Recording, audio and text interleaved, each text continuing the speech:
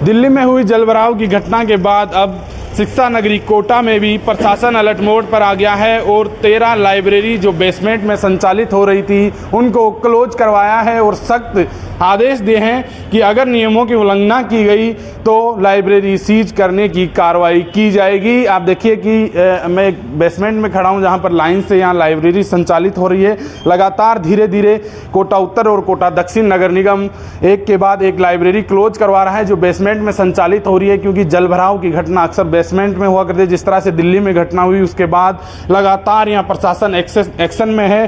पूरे देश में कोटा अपने आप में विख्यात है शिक्षा नगरी के रूप में और पूरे देश से यहाँ स्टूडेंट्स पढ़ने के लिए आते हैं। ऐसे में जो बेसमेंट में जो लाइब्रेरियाँ चल रही है उनको क्लोज करवाया जा रहा है और जो साथ ही आज नगर निगम की जो टीमें हैं वो अलग अलग इलाकों में निकलेगी, चाहे फिर वो शिक्षा नगरी का लैंडमार्क इलाका हो जहाँ पर ओनली कोचिंग संस्थान है और बड़ी संख्या में हॉस्टल्स और इस तरह की लाइब्रेरियाँ हैं जहाँ पर बेसमेंट में स्टूडेंट से जो पढ़ने के लिए आते हैं लाइब्रेरी में, उन लाइब्रेरियों को फ़िलहाल बारिश के मौसम को देखते हुए प्रशासन ने बंद करने के आदेश निकाले हैं। तो अब आज जो नगर निगम कोटा उत्तर और कोटा दक्षिण की जो टीमें हैं वो कोटा के कोरल पार्क इलाका हो, राजीव गांधी हो, इंदिरा गांधी नगर हो, जवाहर नगर हो या फिर लैंडमार्क सिटी का या कोरल पार्क का इलाका हो, वहाँ पर निकलेंगी और जो कोचिंग संस्थान बेसमेंट में संचालित हो रहे हैं उनको भी क्लोज करवाने की कार्रवाई की जाएगी। जिस तरह से दिल्ली में घटना हुई इसके बाद लगातार प्रशासन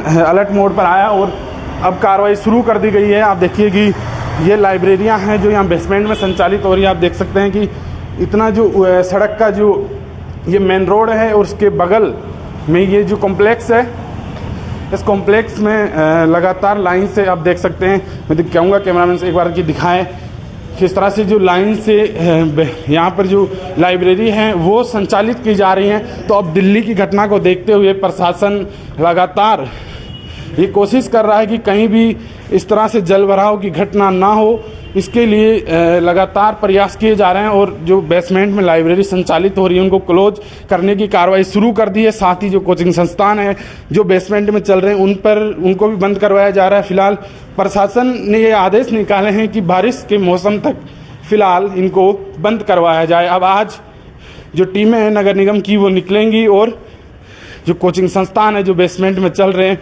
उनको भी बंद करवाने की कार्रवाई की जाएगी। आप देखिए कि ये यहाँ बेसमेंट का पूरा एरिया है। इस तरह की जो जगह हैं वहाँ पर लगातार जो नगर निगम की टीमें हैं वो कार्रवाई कर रही है, क्योंकि ज़्यादातर ये ऐसी जगहें हैं जहाँ पर जलभराव की घटनाएं हो सकती है।